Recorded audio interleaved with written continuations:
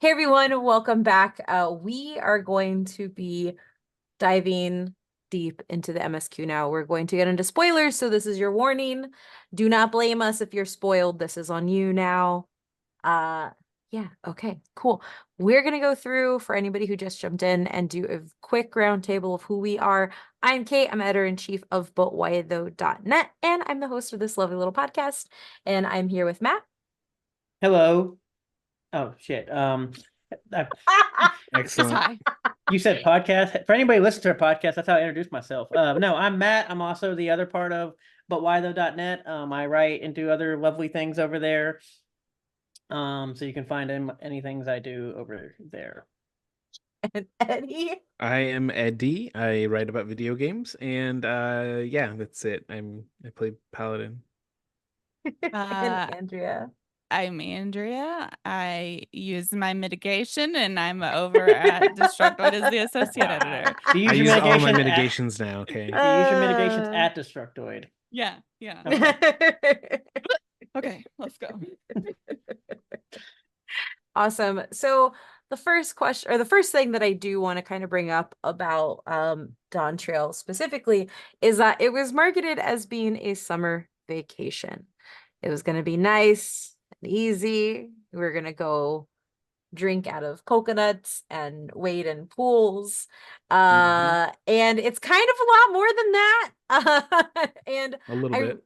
really want to get into it because the cool thing about Dawntrail that I think they do, or I think it's cool, I'd love to know what you all feel, is that we have two separate stories going on.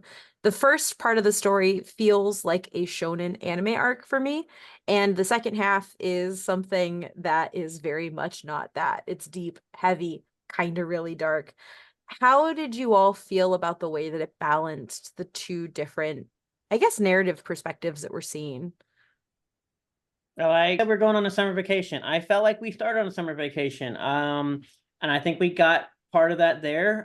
We talked about the splitting of the two stories and the two separate things. I enjoy probably the first part a little bit more. And not that I didn't enjoy the second part, but I just for what I can doing in particularly games or doing some stuff of where we're going, like I like the exploration part. I like basically we set out, we go, we learn about a culture, we kind of cool, we check out all the new landscape, the new architecture, we learn some stuff, like I got to farm, we talked about legumes and some acacia things, we saw jumping gators, and I think for that, for me, was very interesting and what I enjoyed about what we get. I know the second half is like kind of where the story really starts off running and doing everything. But overall, I enjoyed the first half probably a little bit more just because I enjoy the exploration and learning part more so than the straight sprint. Yeah.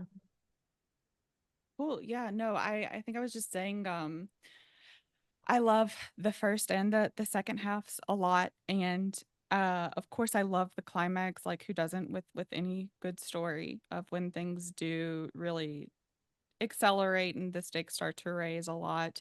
But after the first part, the second part doesn't really work or hit as hard emotionally without that like kind of juxtaposition there. Like we go through this whole introduction to this culture and how important this culture is to Wuk Lamat and all these cultures that she's not familiar with. Like she lives in Tulial, but that's just one very small part of this huge continent.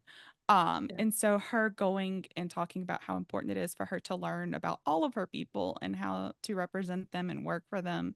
I loves that. I love that a lot.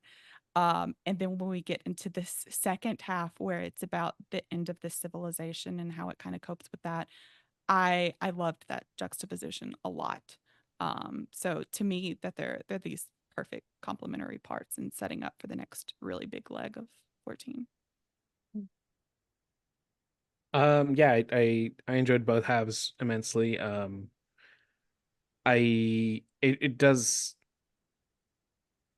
I th- yeah. I We're in didn't feel like it spoiler was territory. I was like, if that's what you're worried yeah. about. Well, I was gonna jump ahead in our little notes here, but Oh. um, it didn't feel to me like a vacation because we were there for a specific purpose, right? We were there to like Right. compete, but there wasn't really like this huge antagonistic force in like in a very perilous way. Like they're all competing, of course, Yeah. including you and some of the other scions. Um, but it was lacking teeth. It kind of was. It kind of was like feel good, like, oh, we're just like going through and like exploring this beautiful land, meeting the people, learning about them. Yeah. Obviously until the second half where like shit kicks off, but like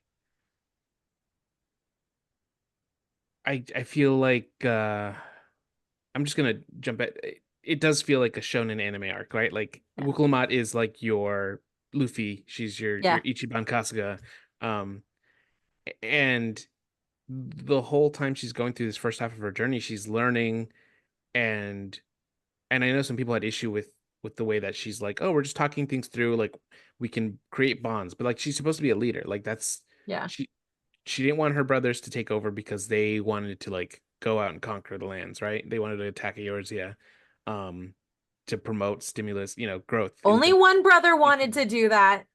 Sorry, the The other other one wanted brother to wanted. segregate everybody. Yeah, that's Yes. great. Um, but like, so of course it makes sense that she's going to try to like be more of a pacifist, or at least like talk things out and understand Yeah. each other first before you resort to any sort of like hasty measures. Um, and then the second half, like I think perfectly accentuates that because it's the first time where like she can't just talk things out. And Yeah. even though like initially, obviously, like she's Sven's just looking out for her people, those two goals are unfortunately just like completely opposed as like how they would execute them. Yeah. So I thought that they both worked out really well, and especially God, I keep forgetting the name of her wet nurse, Wuk Figure it out Lamat's. as well. Yeah. Yeah, but like she ends up becoming like this, and that's why I think like Shaloni isn't filler at all. Like outside of just being cool, like it's about her, and like she becomes like the thing that like ties the two halves together. Namika is Namika, the. Yeah. thank you. Yeah. Yeah, you have to Um, build that bond with her. exactly. So I. yeah, it was amazing. I loved it. I didn't cry, but it certainly like there were scenes where I wanted to. Yeah. Yeah.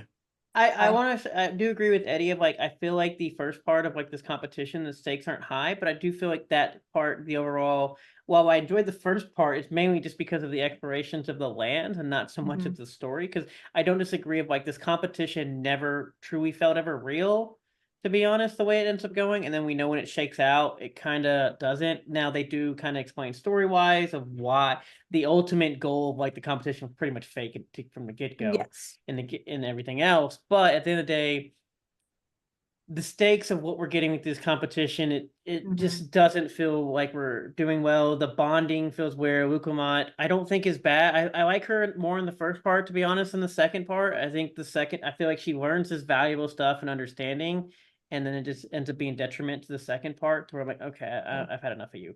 And so it is interesting to see if like the how they flip on everything, because the characters do jump, because it's both part the characters, which we whether good or bad, they are, you can argue, are very uninteresting for a good bit of the first part of the game. Yeah. At least the main ones we have. Yeah, it's really weird because like I see I love the first part of it because it's very pure shonen, and Wuk Lamat is very much the Deku, the Luffy, the Goku. Like she's just this Pollyanna who just wants everybody to smile and do things. And I usually hate those characters. Like I'm a Bakugo girl, I'm a Kageyama girl, I'm a Vegeta girl. Like I like the rivals because they're infinitely more interesting to me because I'm not a person who is overly positive and stuff, and I meet that with distrust. But the way that I think Wuk Lamat was handled in that first part is that she's shown depth. And there's like this thing that the camera does that they do is like every time she's like trying to hold it together and be happy, like the words that she's saying are we need to talk this out and like figure this. But then it moves to just show her fist balling up. And it's a small little action where you're like, oh no, like she really wants to hit somebody. And we hear it as like we hear it from other characters where they say that she's hot-tempered and she like goes with emotion, but we don't really see her do that necessarily.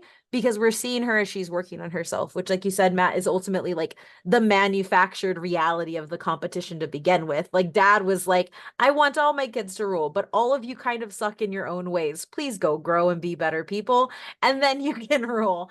And I think that that's actually really interesting with it, even when you look at it within a shonen piece, because what this story does overall, and I think is what makes Wuk Lamat interesting and the other characters.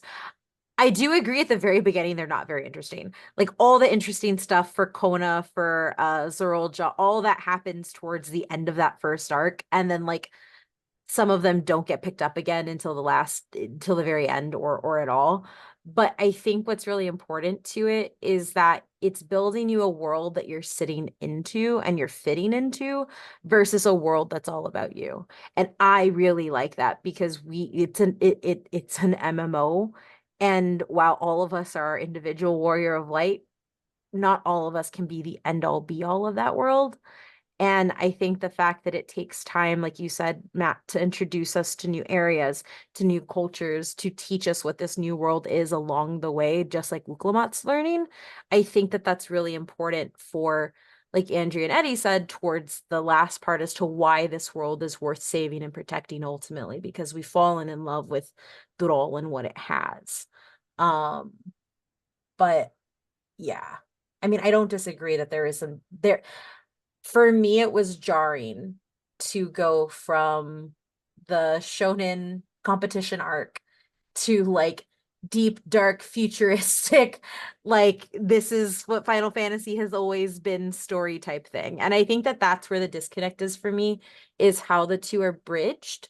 And I don't think I was on board with it until the very end when we actually started seeing a lot of the lessons we learned reflected in how things are being changed in Alexandria. Um, Yeah, I think that's one of the things to me that really stood out is whenever I look at Dawntrail more, is not even just like its expansion as its own thing and does it make sense within just like the context of itself, but when we look at like the world of Final Fantasy 14, like over this like 10-year story arc. When I'm looking at things that we know the community loves a lot, like Emmett Selk and Shadowbringers, like all of that yes. is fueled so much by his grief, right? Like the tragedy of the ancients, all of that other Mhm. stuff. And we love him not because he's like hot old man hours, which I mean, yeah, sure, we do love that. But also he is, you can empathize with him, and that's not saying it's an endorsement. It's saying that you can look at someone and see Mhm. how a monster is made, understand that they have to be stopped, and have empathy where it's difficult to have empathy. Yeah. And that's where I would argue sometimes is the most important time to really force that empathy. And I think I really appreciate how in Dawntrail, Wuk Lamat has so much empathy, even for people that aren't immediately accepting of her. Like that Mhm. part in Urkopacha, like what I was holding to say until later, like seeing how the giant civilization towards the south are still like held up there and they don't want to be under her rule. And they're very hostile to her, and she's not Mhm. pissed off and like angry that they don't just accept her immediately. She's like, what can I do to help like show you that I do consider you like your brothers and sisters down here, like you matter, like as Yeah. part of this nation.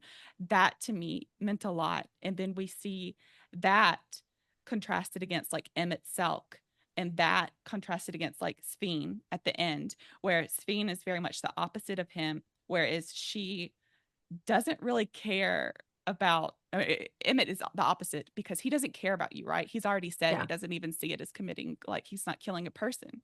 You're not a person to him. But Sphene sees you as a person, and she's like, man, I don't want to do this, but I will protect my people first. Yeah. Um, that to me was such a good contrast in what we have done. And I loved Wuk Lamat because she loved her people so much. So I see her clash with Sphene, and she's again like, please don't do this, but I'll protect my people too. It's just it's good, like with like contrasted against everyone, I think is my ultimate thing here.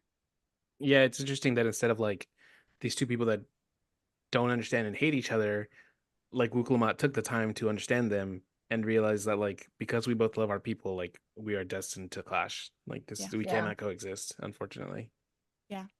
And It's I crazy. love Zeralja's, like, he clearly has a lot of baggage because they are following parts of their tradition that are like, they put a lot of pressure on him. Like, he's like, this, I was born to do this. I'm supposed to do this. And his dad's whole thing is, you know, we grow and we change, Yeah. while we respect our people.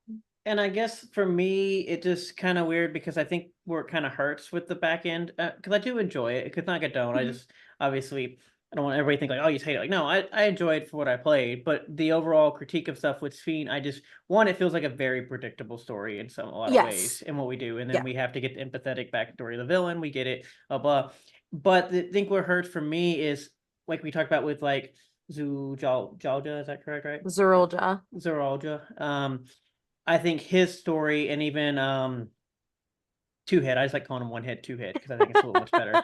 Those backstories Bakool to Ja me, Ja, you leave him alone. those stories and backstories of what we get with that were way more interesting to me and what Yeah. we could see there than what we get with Speen, which just felt very, oh wow, I've Yeah. seen this a million times. Yeah. And particularly if we go into like some of the other stuff of Final Fantasy, I guess, and then versus where we have that just felt I won't say necessarily completely different, but it just felt like something it was just more intriguing to me of this legacy of what we're trying to do and in more in real time versus that. And also I'm not gonna lie, when we start crossing interdimensional stuff and sources and everything, I'm not a multiverse person. I get it, but just I am a multiverse person. and so, This game made me one. So there's that. no, Yeah. no. Like, look, I Shadowbringers. enjoy the Crystarium. I had it. Cool. I'm done. Maybe Apparently, I'm Zelda not made done. me one. I find myself somewhere in the middle where I think that there are parts of so I like the journey in the second half of the story when you meet Alexandria, you find out that people are the endless and they're not dying and their memories and they're held in time because these people just cannot let go and accept that you have to grieve people and lose people.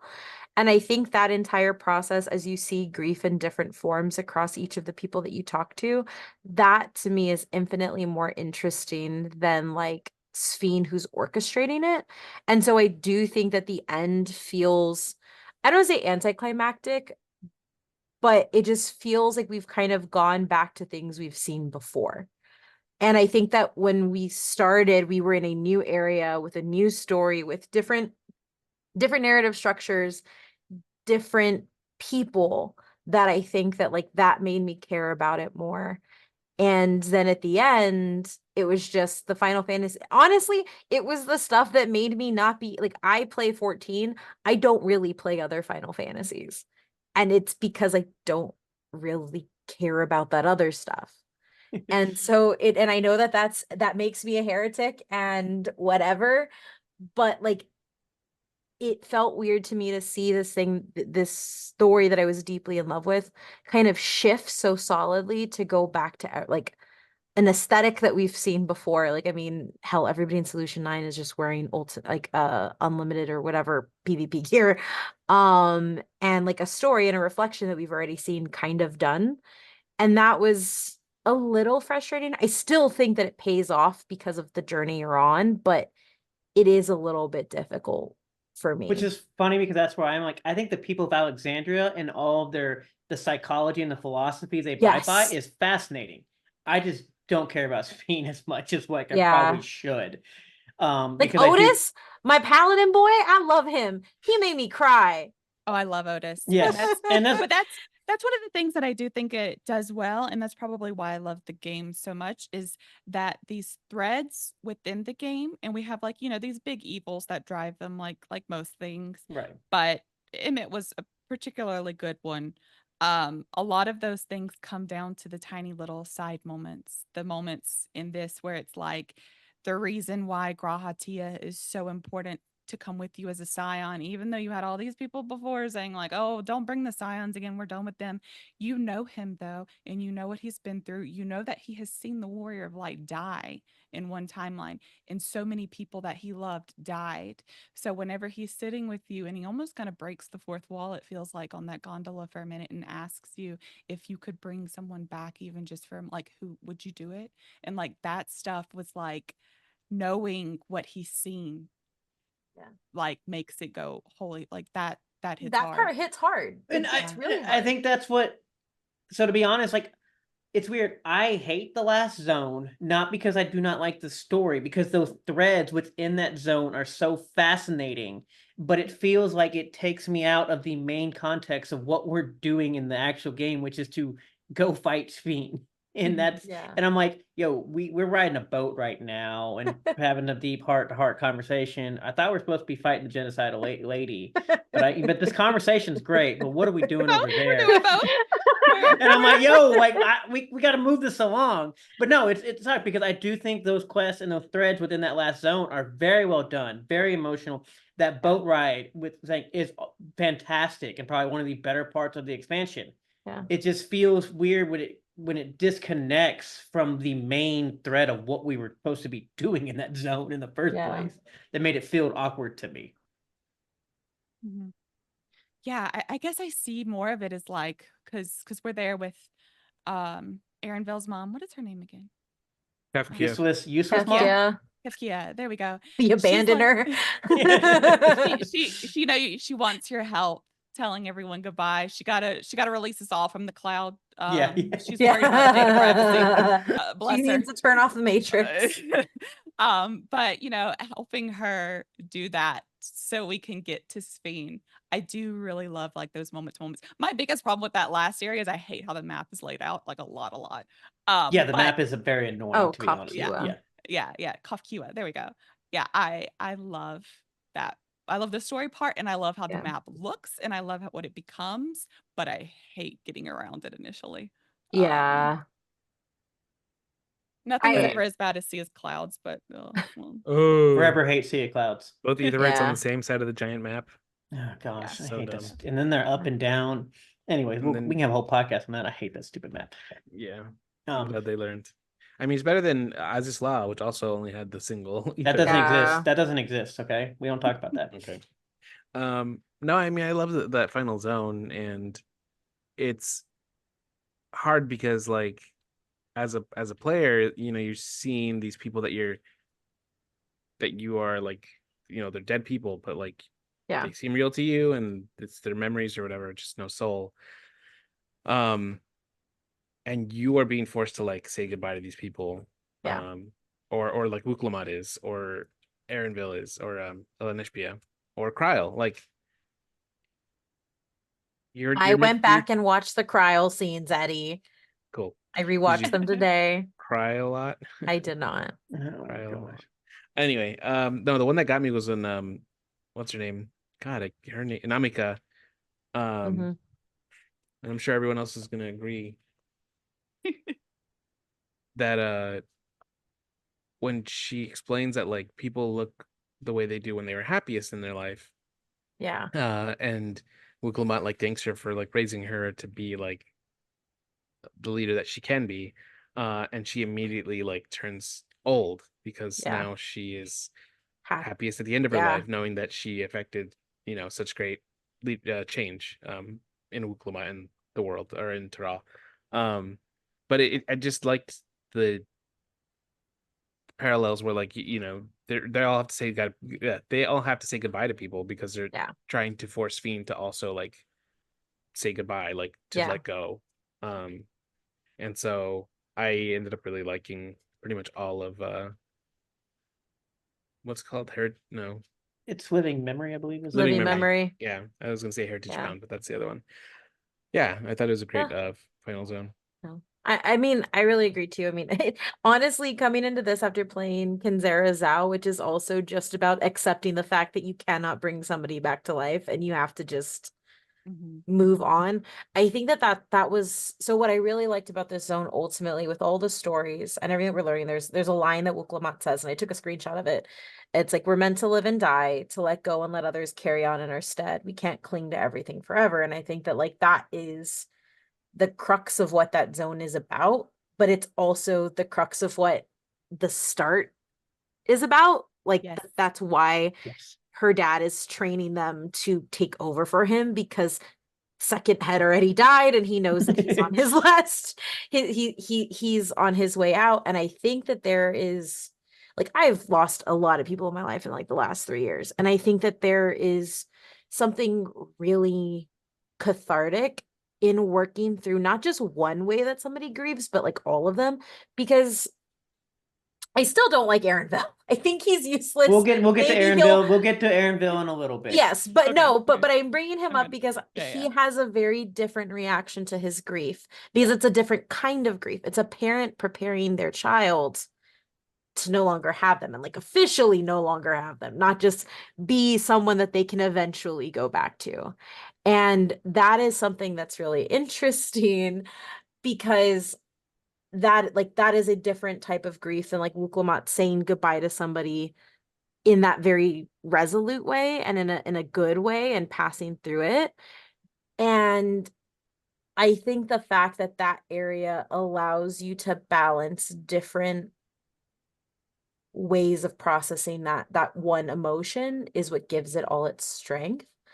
I just wish that there was more that connected it visually to everything else, because I do feel like we lose a lot of that heart and soul that was built up from Tural when you just kind of put it back into this like digital world and this thing that looks a lot like other areas that we've gotten before.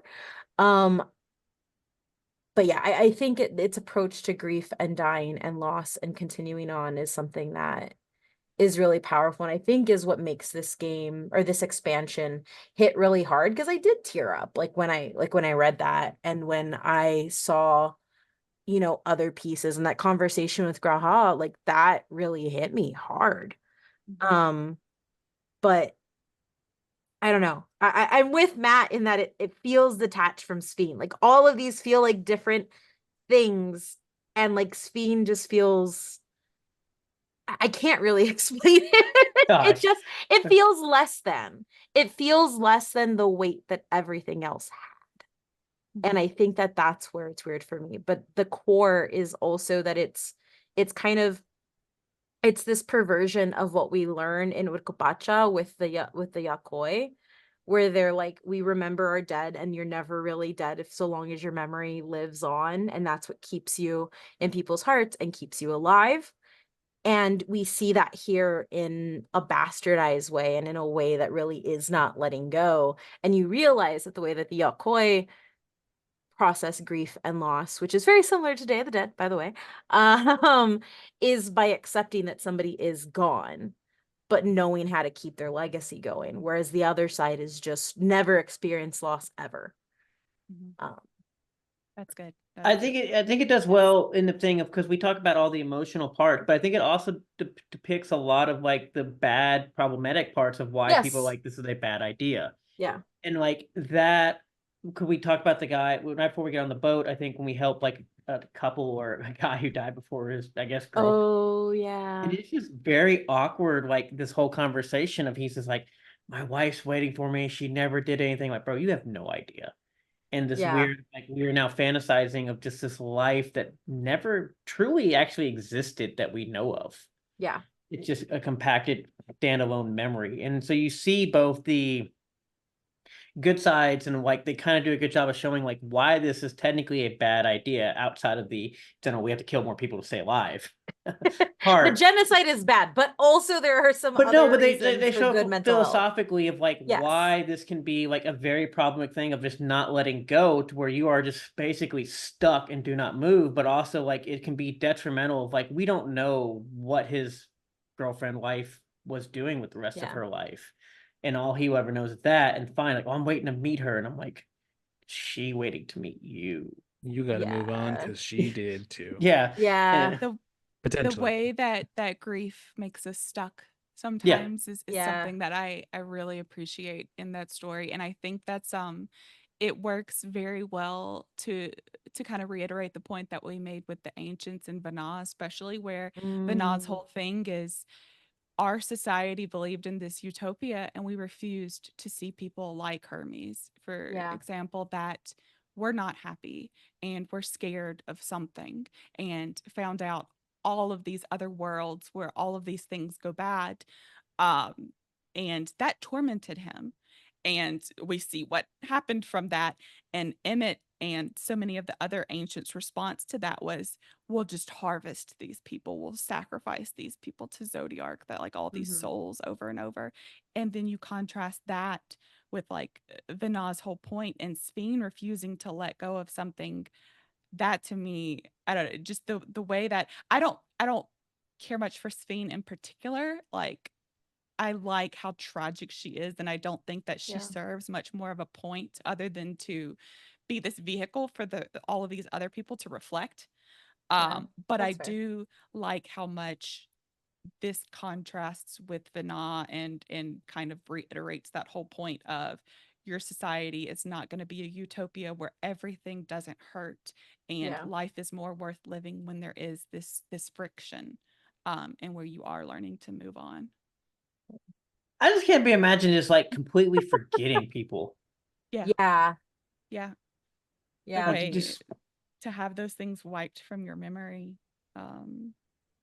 Damn, they did that too. And Yeah. in Walker, they said, yeah. I just I like that. I guess I don't look at it as much as a we're doing it over as Mhm. it's this overarching theme in Final Fantasy where it's Yeah. like in No, yeah. 14, yeah, where Yeah, it's yeah, like and I think that's fair. Yeah. grief and hope and Exactly. yeah. Yeah, no, I don't disagree. Yeah, My yeah. doing it over was mainly just like the reflection piece and the aesthetic Yeah, and yeah. I've had that bow and that Same. suit there 3 Oh times yeah, the now in gear you 10 get at years. 98 is I wasn't gonna try seemingly to talk just a because we're talking palette about swap. MSQ, but that But gear is yeah. still the same thing. There's a moment because I was very excited because I thought there was going to be some sort of Allegan tie in here. And Elise was like, Allegans, please tell me it's not them again. And I was like, yeah, it's them. And it was never them because they were like, we know you see this and think Allegans. So it's not. I will say kind of going off of that though, like I do want to know like who your standout characters are. Bakool Ja Ja. That way to Kid. take the great job. That way to Yes. branch out, Eddie. I mean, he's cool. It's in Yeah. the name. But yeah, okay. But no, wow. Well, so like, They'll tell me more. I liked, when the stakes were low, he is just a very stereotypical, like almost like a bully from like an 80s movie where he's just like, I'm the worst, haha, fuck you. But then you understand like why he is the way he is. Like he has all this pressure on him about like being the only sibling in like a while that managed to hatch. Yeah. And you realize That that like was so depressing. they're forcing these mixed blessed siblings to grow because they're so strong, and yet not all of them are successfully hatching, and so they just die. Like they're just hundreds of dead infants. And so like that's horrifying to learn about, but like having to grow up knowing that Yeah. those like your siblings are haunting you basically. Like I understand why he is the way he is. And on, some people are like, oh, he didn't deserve like a redemption or whatever. I'm like, he hasn't really been redeemed yet. Like No. he apologized. He Oh my apologized for God. what he did. He said, I'm sorry for what I've done, what I said. I don't expect forgiveness. He didn't like, Atonement. He I'm was sorry that looking for you he was I'm looking to atone, not be forgiven. Yes. yeah. Thank you, God. He didn't say like, I'm sorry for like how it made you feel. Like no, he's like, no, I did bad things and I'm like sorry. Yeah. And he doesn't pursue it any further. And then when Taliola's being attacked without being asked, I mean, presumably we didn't see, he just jumps into the fray to like defend the people that he was ready to like kick out of the city. Yeah. Yeah. And then I think if you go to Sky Deep Cenote or whatever it's called, he's there guarding it Yes. after the Yeah. MSQ is done. Yeah, he's great. I love him. I mean, I liked Koana too, but I Love Conan. yeah, Don't Bakool say Ja it. Ja is like Okay. just one of the most interesting characters for me in a while. No. And especially because like he's just like a toxic asshole, Yes. but then you see how his dad treats him and you're like, oh well, no duh, you're like this. Yeah. And as He soon as he realizes, sorry, No, last no, no, thing, no, go ahead. as soon as he realizes like all the things that I've done were for nothing, like he immediately like drops the Yeah. stick. Like he's just repentant. He's like, well, now what? Yeah, I love Bakool Ja Ja. He's a good shonen rival. Like, and Yeah. that's why I love him so much. So like all the stuff that he does, it's something that you see in somebody like Vegeta, it's something that you see especially in somebody like Bakugo, and Bakugo is one of my favorite characters. So you Bakugo Ja Ja. Oh my gosh. but it is somebody who is just incredibly bad because it is what they are taught, and you understand like the self-importance that was pushed on them by their parents and why they took it out on other people, and then they learn like that is not actually how you need to live the world. And if you do actually want to be this hero that you say you are, and if you do want to be this bastion of the people, and if you don't want to let down the people who sacrifice things before you, do have to change. And I think that that is something really strong in Bakool Ja Ja, where it like captures the very best elements of a shonen rival and the growth pattern from that. Like I think, yeah, he's great. I agree with you, Eddie. Oh my I'm gosh. so glad you 100%. said that, Kate, like atonement though, because that is, if I could just delete redemption arc out of the way we talk about like Yes, so many things, please. because it's not him looking for everyone to forgive him and move on. He Exactly. knows that he's done horrific things Yeah. and he needs to make up for that, and he may never make up for Yeah. that, but he's going to do what he can. And that is like, God, can we do 3 hours after this of like, what is it called? The Sorrow of Werla quest line. I've Oh never had to man. say that word. That is so good. But Gaius is not being redeemed. It's not a Yeah. redemption arc for him. He is watching his adoptive kids die one by one, slowly in this awful way. Like, this is about him suffering and the choices that he has to make up for what he's done. And he's never going to make up for what he's done. He knows that. He said that, but he has to do whatever he can Yeah. to save whoever he can. And there's like that very specific line where he says like all they couldn't have died for nothing, when he's referring to like his blessed siblings as to why he had to be the one that succeeded and became the ruler, because that's what he was carrying. And I think what's really cool is it then flips that he has to make sure that they didn't die for anything by helping others and making sure that he's living on for them. Yes. Continuation of that loss and grief and Yes. legacy.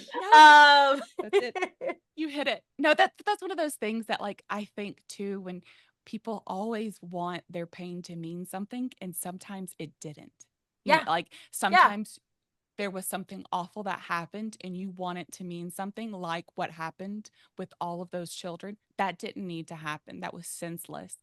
What you do going forward though, you can use that as like, this is how I do get justice. Yeah. And I think Mhm. that's important and a good thing that it reiterates over and over. Yeah, he has Also, cool in his name. he technically helped destroy Valgamanda, so Oh, yes. Yeah, Yes, this yeah. is true. This is if he true. didn't free it, we wouldn't have killed it. Wow. Wow. Mm. I do Um, enjoy the I guess we're gonna get kind of think, oh, you've got one more No, thing, go ahead. Eddie? Just regarding Valgamanda, I loved seeing the ever burning like flames that he like left around Urkapacha. I was kind of hoping they would disappear when we killed it, but like it's still cool that they're just always on fire. Yeah. Which kind of goes, if you want to go about on fire, this MSQ of like this kind of this happy vacation into destruction, Yeah. and learning that the zones are instanced the way they are, the shell shock of like, yo, I'm talking to people who have no idea what I'm staring at right now. There's just dead children and dead moms around, all the thing, and they're like, hey, how you doing? And I'm like, oh my gosh, he We has no had idea what just finished and like Taliolol was decimated, and like our FC members like stumbled across us and we're like, hi, hi. I was like, oh my God, you're standing in someone's ashes right now. And I can't say anything about it. Oh my God. That's one of my friends sent me a screenshot when she got here, because she gets out of that cutscene and then the first thing she sees is just me standing in someone's ashes. And she was like, what in the hell did you do? It's good though. I It's very love that good. part. No, I do enjoy like what they do with the dad. I think Oh, the overall, father because we is weren't, great. because there's a moment there you think of like, is he actually a good parent? Is he Yeah. just a ruler but a terrible parent? You know, how do we get this? You know, obviously he's just adopting children.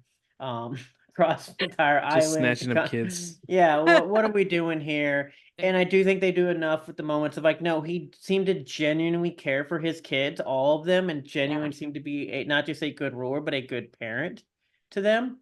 Yeah. And it is just interesting to see, like, obviously what ends up happening with the one sibling, the one head here. Huh? Zorulja. Yeah. Zorulja, of like the stuff of blame of just like, it's just hard to comprehend in a way of like, yo, like how bad really was it for you in sense of like what happens, because this dad seemed to know exactly what was going on. I think it was more like the expectation, I guess, he put on himself. No, absolutely. Yeah. No. I'm agreeing with you. I'm saying like that's like kind of going off of that point. Like, how do you? I mean, I thought the same thing. I was like, how do you have such a cool dad and then like you're this asshole? You suck. Like, wow, your dad wasn't even bad to you. I wanted Koana Ja Ja to adopt me. What was that? I think it was cool. I saw a tweet, and the tweet said, as an oldest sibling, I'm as an oldest sibling, I'm not apologizing for what Zorulja did, but I understand it. And that hit me like a ton of bricks. Yeah. Because I like, and I think that that's how you make like a good complex, because there was also that tweet going around where it's just like, I'm super evil, but I just wanted to play on the playground of like Final Fantasy villains. And I think that you get that a little bit with Zorulja, but I think what goes deeper is like what Matt said. It's like, yo, your dad was dope. This is just the weight of your own expectations and your own like ill-conceived ideas of legacy. And like, I think understanding that sometimes the weight you put on yourself isn't coming from other people, but really is just you. And from what we got from understanding, like basically half this competition spurs up because he just kind of sucked. Yes. Yeah. And I think it's so interesting because Koana, I mean, I have no siblings, so I'm like totally speaking out of wow. But seeing Koana be like, when we brought like Wuk Lamat home, I saw this little baby and I just like knew I had to be better. I knew I had to protect her. And Zorulja, he's the only biological child to have the polar opposite reaction to them and to be the firstborn, the biological child, and to have what seems like so much contempt for them. Like, it broke my heart because how isolated did he have to feel just culturally, I guess, the expectation. But he did a lot to himself, but also like a victim of circumstance. And a friend pointed out, and I didn't really even think about it till yesterday when she got there and we killed him in that boss fight.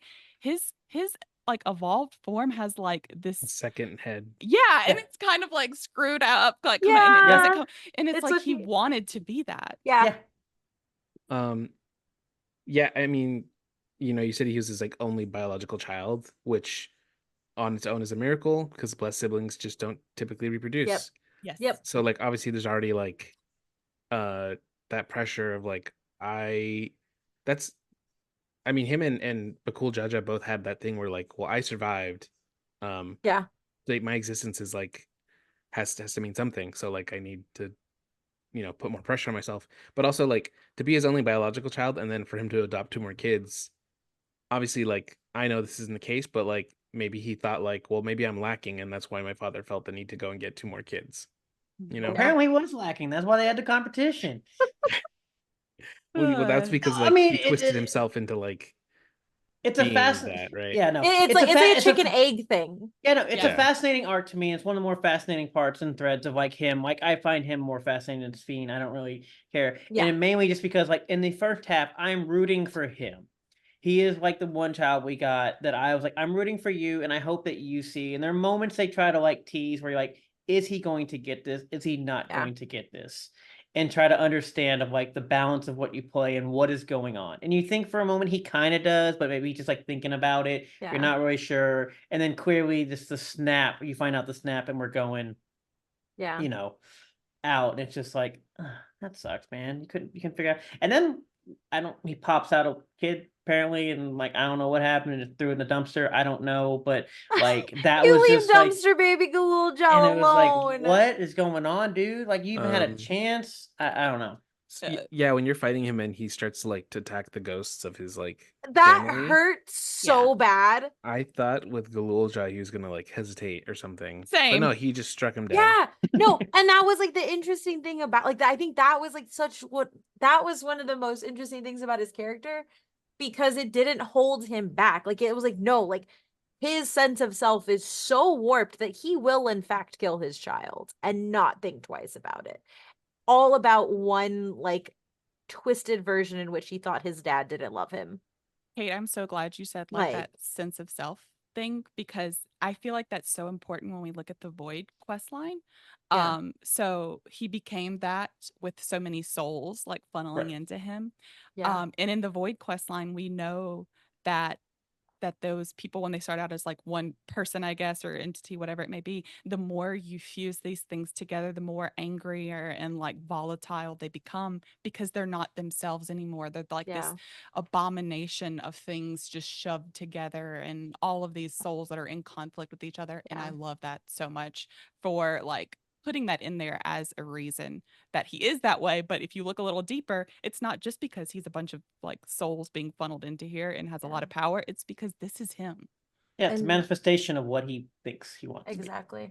I think it's also interesting too because I think that like I also do think that the elements of grief and loss is also present in him, but more so it's grieving the idea of what he thought he was going to be, the legacy he was gonna have, like, and I think that that's also something that is really heartbreaking ultimately. Like, yeah, he's an asshole. I get that. Again, Mhm. not apologizing, but I am understanding him.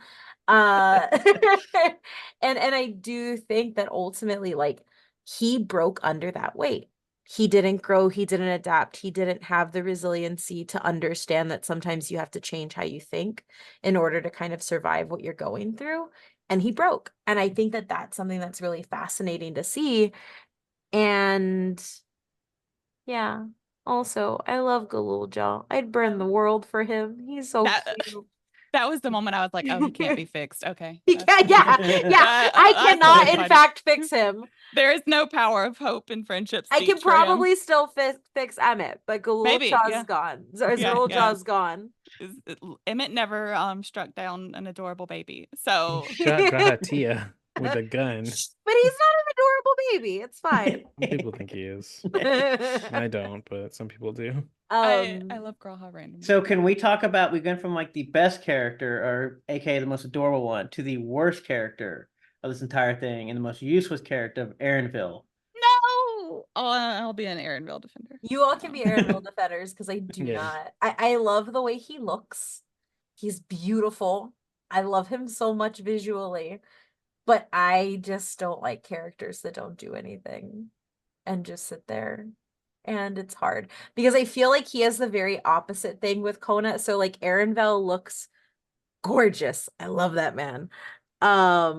However, Koana looks terrible. Koana looks like somebody's NPC that came out, or somebody's like playable character that they made when there was still only one die available, and like he sucks in that way. But he has he's a character with a lot of depth that I ended up loving at the end. And Erenville, like the longer that the story went on, the more I just started to be like, I do not care about this man. Please get him off my screen. And then it was like, oh, he got himself off my screen because he ran away. That's where I stand on Erenville, and I'm sorry No, don't to apologize. all the Look, people I know who love him deeply. Look, I love him, but no, I get it. I get it. Not every character archetype, of course. And I think that one of my fears with him is that he will kind of get Y'shtola. And I love Y'shtola. I understand that sometimes I just love Y'shtola because I think she's hot. But like outside of that, Yeah. Y'shtola keeps having these arcs where I'm like, oh, she's gonna touch the fire and really get burned or something because she is like very thirsty for knowledge. And then she's like, I'm here to tell you some facts, and then she's gone. Goodbye. And that kind of frustrates me with her. I want to see a little Which I more will point out out that Matt also likes Yastrola. She don't do anything, Okay. so it's like whatever. Well, Yeah, but I think it's because she's hot. I could, yeah, no, and I worry sometimes. I do like that Erenville is not a fighter. He doesn't like have any of those skills, but he is very intelligent. Like that's his weapon of choice, Is I he? Hold on. guess. Is he intelligent though? As I mean, Yes. That's my if problem. His fun facts don't seem to be very good fun facts. He's not he's fun. Darby, I put Darby in there, and I'm good. Erenville, I don't know what we're doing here. Like, I don't know. His fun facts didn't go fun for me. he is I he has I a will lot of say too, like I do have like a pretty strong bias against Erenville just because like the little that we did learn about him, he reminds me of like the Latino kids who went to school and then started pretending that they weren't Latino because they got exposed to other people and so they started acting white. Which is And also a little weird I in the don't last like zone. that. The last zone gets a little weird in kind of the last second half where everybody calls him by one name and then it shows up of his other name and how he translates it. And I'm like, are we gonna ever? You ever just gonna tell your mom what your name is? What You I care? was We gonna distinguish this? what I was hoping was that he would have a moment kind of like Koana has, because Koana has that moment where he's like, because I see like Koana and Erenville like kind of as two sides, because like they both went to Old Sherilyn, they both learned Eorzea, they both left. And even though like Koana acknowledges that he was misguided by wanting to throw out cultural tradition instead for technology and not listening to people, which is a really cool like Shaloni thing also, and he changes and he embraces it, he was never against his culture. Like he did want to come back and make it better, but he always wanted to be a part of it. He never saw him as something outside of that. And I think what frustrates me is that I haven't gotten from Erenville is that moment of like realizing that even with his mom. And I think that that's what's frustrating. I hope that they build on it in like the patch content that we're gonna get, because I think that there is a really interesting story to be told when you have somebody who's decided, okay, I do not like where I came from and I don't want to be a part of where I came from. I'm not going to consider myself to be from Tural. I'm not like, because even when like in the Endwalker patch stuff, like he refuses to talk about Tural. It is Wuk Lamat talking all about it and like dragging him into the conversations. And to have that much anger and bitterness towards your home, like I wanted to see that unpacked more, and I don't feel like we got that enough with I forgot how to say her name. Kafkiwa. Kafkiwa. Okay. I don't think like we got enough of that with the Kafkiwa stuff. I think we got a good like grief story and saying goodbye story, but I didn't see that resolution happen, which is something that like I desperately wanted from his character, because I think that's what I needed for him to just go like to tie up the loose end like we got for the other characters. Which I guess is kind of a good part of like they kind of, and I guess it wouldn't be so bad, but like he doesn't seem to like, I don't really know what his purpose is. He runs away, he kind of gives these half facts, and then you feel like they're building up to this whole thing with his mom and do stuff. And I actually, out of all the last zone, I actually do not like the part with his mom because it just feels in this weird disconnect of like what we built up. It's not unpacked, like kind of what Kate says. Also, the mom just kind of talks about like, my life sucked and I want to do this. And I'm like, okay, what does that matter?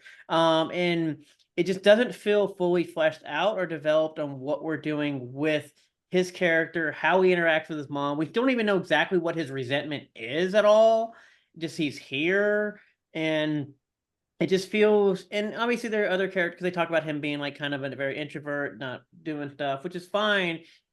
Because he's like, oh, he doesn't show all this emotion, but they kind of feel like they have this build up. Like we talked about, like the Arthur Fist thing we got from Wuk Lamat. We get that with Erenville quite often in that last zone.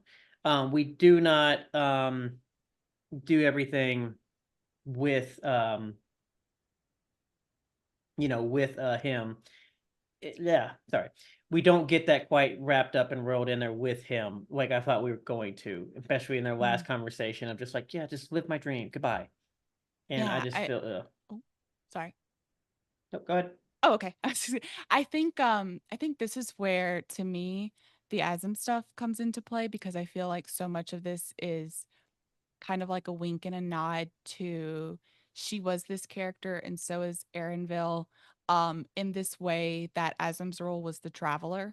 And so whenever Yoshida says something like, do you know the convocation of 14 and like their roles in the story? I think that was more a big picture look and not like a specific, we are going to bring all of these like roles back and have them play a huge role in Dawntrail. I look at Asm because they're pretty much the biggest well, aside from the ones that we never really have met, but Asm of the ones that we know well doesn't have like a lot of details fleshed out about that. We don't know where they were during the final days. We don't know what they were doing. We didn't know outside of traveling what were some of their adventures like, aside from maybe a couple of really vague side stories. So like this thirst for knowledge that she had in wanting to come back and find those things, but she didn't get to do really. I really love that about her. And I think, you know, she wasn't supposed to be a major player ultimately, but she is a flash in the pan nod to that. I think Erenville is kind of complementary to that. And my hope is, like you were saying, Kate, that in the patches, since there will definitely, of course, be more in Dawntrail, that brings all of this home and leads into the next thing, is that he does get to make that shine and that he won't be like kind of another Y'shtola where he's just coming in to like throw some facts out there and he's done. That those are the things that I worry about most with him. But yeah, no, the thing that you were talking about, like resenting your home a lot, like I love that part, you know, whenever I was young and I wanted to leave home and I hated Mississippi so much. And now you look at it and you're like, these places needed me. And I think they needed him. And Kona saw that and was like, they need me. And he came home and did what was best for his people, his family. And Erenville is still kind of like waffling with that. And he doesn't know what he wants or what he's supposed to do in life. Like, what is his calling? And I hope we see him struggle with that. Like, I really do hope that's an adventure that they explore. I think it's okay to hate your homeland. I just also would like to know Oh, for why. sure. Yeah. I just Yeah. want to know why. Like, why are you so mad? That's fair. Because it felt like the other character, like, I don't know why you're so mad about this. Yeah. No, I think it's Your mom look at seemed to love you, but he you just apparently hated it. And I was like, okay. he could have a lot of anger and still, yeah, no, it's 100%. I do. I want to know, like, how does he struggle with that? What does he do? Yeah. I mean, like, Yeah. I guess, yeah. I think there was a theory that I think Matt and Eddie had talked about in our chat that I would like to hear of where Erenville could go. Yeah, you know, he told his mom like before she finally vanished that like I'm gonna explore the things that we've never seen, and that's how I'm gonna like carry your memory with me. So like with cosmic exploration, that seems like a pretty, easy way to do that. If that story is him like unpacking his grief or like opening up at least a little bit while you're doing whatever that ends up being, I have no idea what it is, but there seems like a good opportunity to get more in depth with this character. Yeah. Any other comments on characters? I love that Positive. Estinian was hanging out in Shaloni and he just is like, I got paid so much money. Have you tried eating the cactus? And then he's gone. The most Estinian ass thing in the world. Living his best life. No, I think for the characters we got, I think it's good. I think we have enough characters to build on. It'll be interesting to see what they do in the future with some of the characters. Like we talked about, there have been characters that have been sidelined.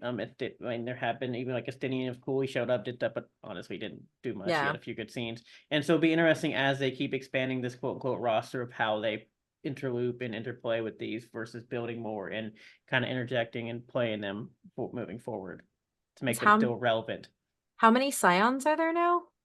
Like Oh. 9. 9, yeah. I Something don't like know. that. I'm just Yeah. guessing. I mean, it could be Oh. 9. I don't know. I think there was close to 9. I don't There know. were a lot, and then Yeah. Ostians fucked them up in Realm Reborn, and now we got this many. Okay. But yeah, nice. To wrap up though, I guess, where do you think like the story can go ultimately from here? And then I guess like honestly, what are you hoping for? More alternate dimensions. That is honestly back I in mean, I love Heaven's that Ward. stuff. when they were like, there's a lot of shards, y'all. I was like, oh, let's go. Let's see what the dragons look like in other places. And then in some places we learned there's no dragons at all. That never existed. So that sucks. But no, I'm really curious to see what the other shards look like. I know seeing what Emmett and the other unsundered Ossians managed to do to some of them to try to bring back their people. Like, I want to know more about what the void world looks like, because ultimately I figure Zero's gonna come back later, as everyone does, way later. Um, I want to know what became of a lot of these places they reference on the side in living memory. So we know they talked about in passing, if you do some of the side quests, Daguerrero is a place that they talk about that reminds me of Charlian a bit, from Final Fantasy IX. Limblum, we know they Oh had a yeah. Limblum here. Yeah. I wonder, will we get to see those things? We know some of the shards are like, we cannot go to them because they're like exploded. But otherwise, I kind of want to see what remains. And are they based on other Final Fantasies? Is that like the point that we're getting at, that they all got exploded?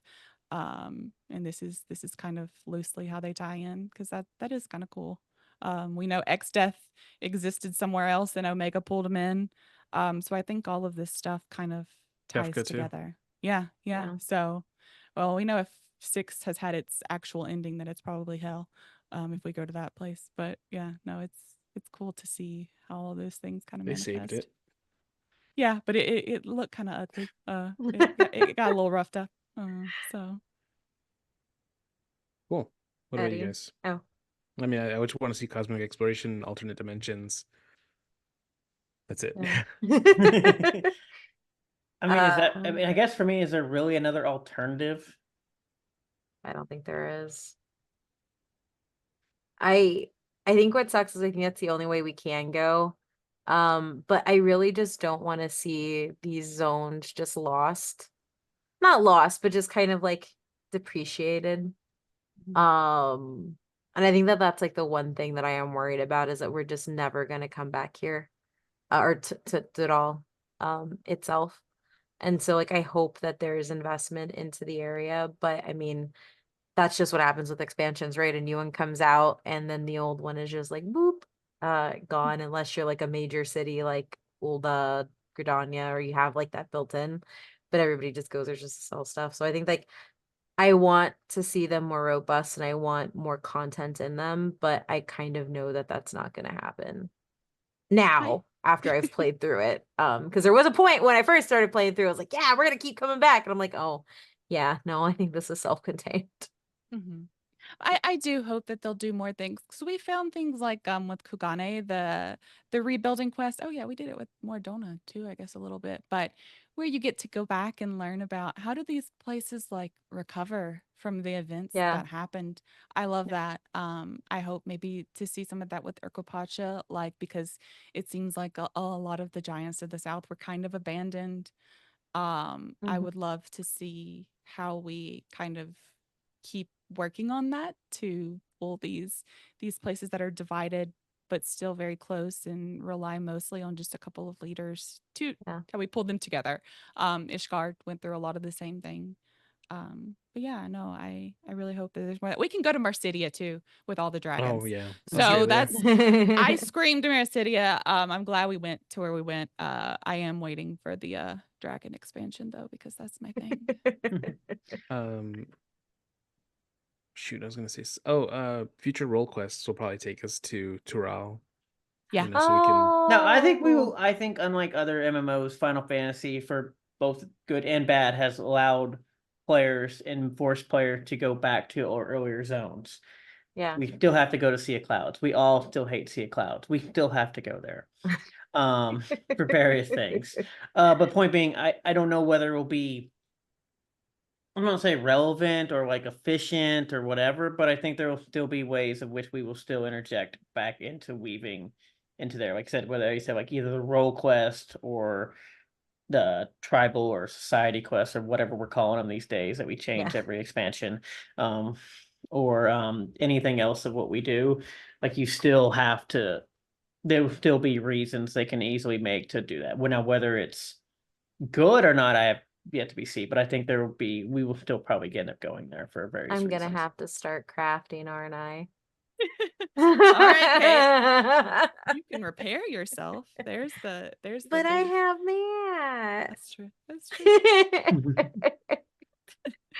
Any final thoughts that we haven't brought up so far as we hit end here? I Okay. want to make tequila with the Pelu Pelu for their Oh my allied God. society. Yes. I'm down with that. I want it. to That'd be see very what the good. twins learn to bring back the Garlemald, because I think that is a very good thing that happens with Shalonian passing. That is very Cerulean? important. Yes. Mhm. There's a big old power vacuum there, and I think it's very important that we learn to Everything leads bring- back to oil. Yeah. Exactly. I mean, that's what Ah. it is. No So- matter the franchise, no matter what we're doing, it's always oil. I am just very excited for the Arcadian raids, and I hope it's pure anime tournament style. We got beach day. I want pure anime tournament now. You get a tournament Real tomorrow bad. with Arcadian, so I know. Very excited. and we can run it together because I'll be able to travel again. You stay in jail. Goblin jail. Okay. New hot take. Is DC travel actually good? Yes. Yes. Don't know. No, We'll find no, out no. later. It's just gonna leave that with people. Inconclusive. Find out next time. Well, thank all of y'all for joining us today. Matt, or I'll start with Andrea because Matt, you always go last. Andrea, where can people find you? You can find me on Twitter. That's at Majora with 2 A's, Maajora. And then, of course, you can find some of my writing and all that good stuff over on Destructoid. Eddie, What's up? where can people find you? Oh, at PIF Games on Twitter, or on butwhythough.net. I have writing up there. I reviewed Elden Ring's DLC. Yeah, good stuff. And you can find me at ohmymythrandir on Twitter, Instagram, everywhere. And you can find all my writing on butwhythough.net and some of my Final Fantasy 14 stuff over on mmorpg.com as well. Matt, what about you?